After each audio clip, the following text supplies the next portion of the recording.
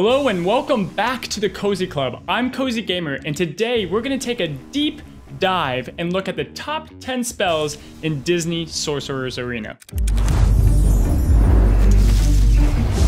Now, there are so many great spells out there, and it's hard to choose which ones to go after and which ones to put your resources into. Hopefully after today, you know exactly what spells you want to spend your time and your resources on and which spells to ignore altogether. A quick channel update, I finally have received all of this new equipment so I can start streaming every Tuesday, Thursday, and Saturday. I'm excited to launch my streaming journey, and I'm also excited to be able to pump out a lot more videos for you guys and provide more content for DSA. Also, I just hit 400 subs, and I want to give a big thank you if you're already a part of the Cozy Club.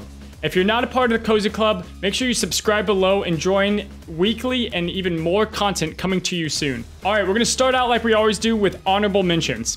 First up is Zap. Now, Zap, if you don't know it, he's from Twitch, and it is extremely underrated in my opinion.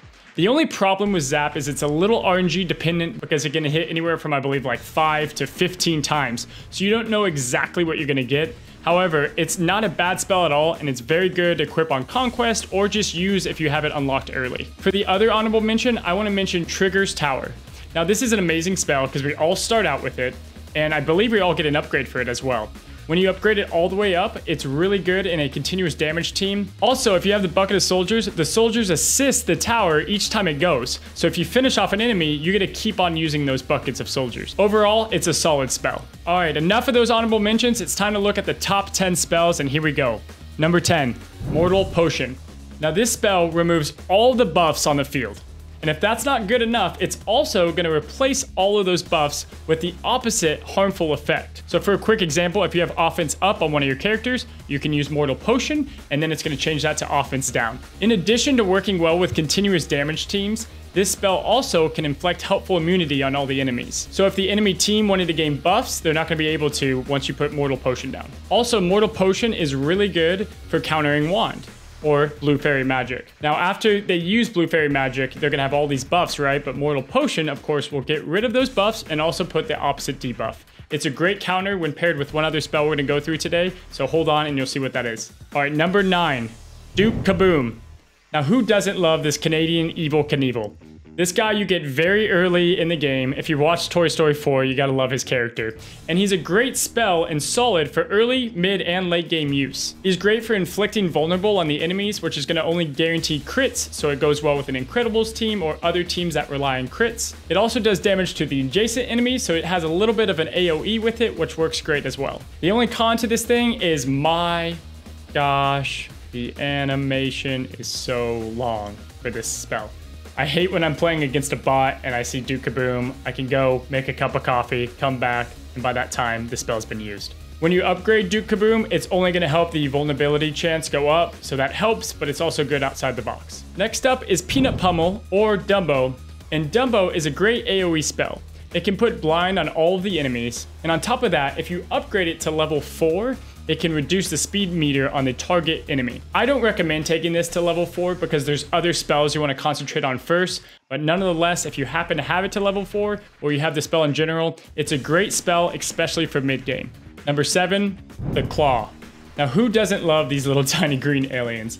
This spell is great for multi-purpose use. It's going to be very helpful against evasion teams. It's going to be helpful in Tower 5. And in general, it's the fastest spell or tied for the fastest spell in the game. How it works is it's going to throw just one wave of dolls out first, and then it's going to hit a harder AoE right after that. So you're going to remove the evasion or remove any of the things that are obstructing the damage, and then boom, you're going to hit some big damage with the rest of the spell. This spell is great right out of the box. If you upgrade it, it's only going to increase the damage. Now, this spell is one of the best AoE spells because it has the fastest charge rate, and sometimes before your enemy can even get a spell off, you can drop one or sometimes even 2 spells of the Claw before your enemy can do anything. I hate evasion in this game. It just bugs me, and I think there's more of it to come. So this is a great counter to that, and it also is very important to use while you're climbing Tower 5. Next up, number 6 is Wild Imagination.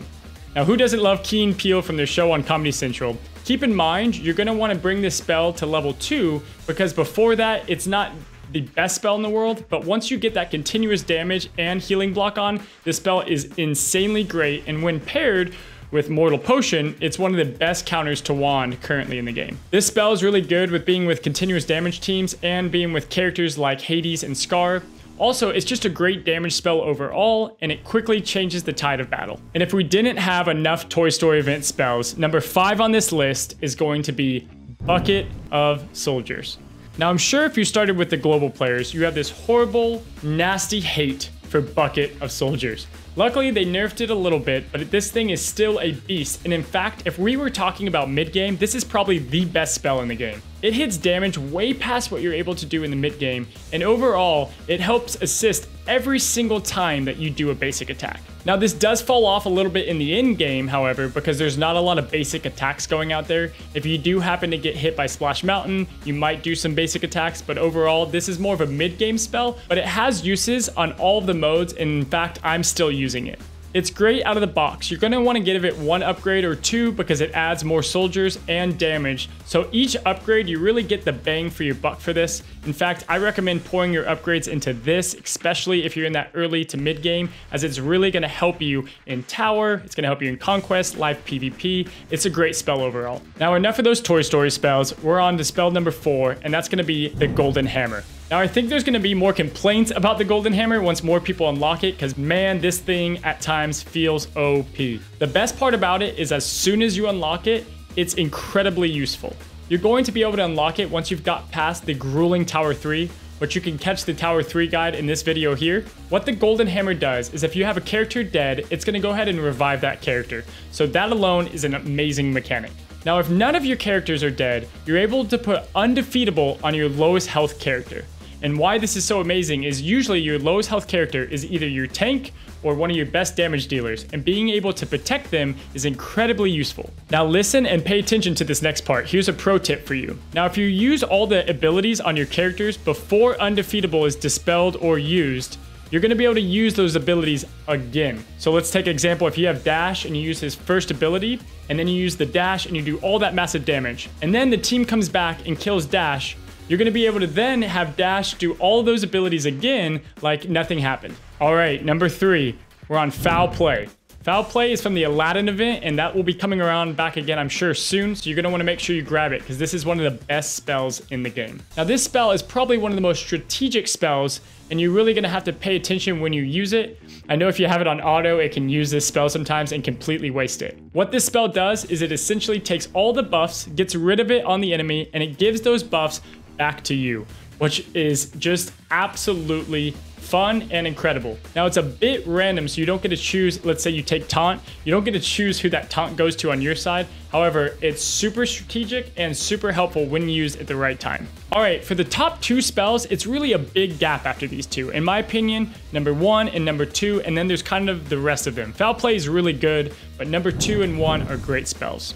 So number 2 is Splash Mountain. Now, you get Splash Mountain after beating Tower 4. What I love about this game is that they kind of give you a great incentive to beating Tower 4 and 5 as you're getting Splash Mountain, and I'm sure you can guess what our number 1 spell is, but we'll talk about that in a second. The catch with Splash Mountain is it wouldn't even break this top 10 list, I don't think. Maybe an honorable mention if you're not upgrading it all the way to level 4. The big difference is at level 4, you essentially increase all of the cooldowns on your opponent. So if you can get the spell out fast enough, you essentially put the brakes, put the stop on your opponent, and you make them all go through one more turn before being able to use some powerful abilities. This spell is so satisfying to use, but it's also so freaking annoying to go up against. All right, now it's time for the number 1 spell in the game. Once you've beaten the hard, the challenging, the roadblock Tower 5, they give you the King's Treasure of an award, and that's going to be Blue Fairy Magic, or as most people call it, Wand.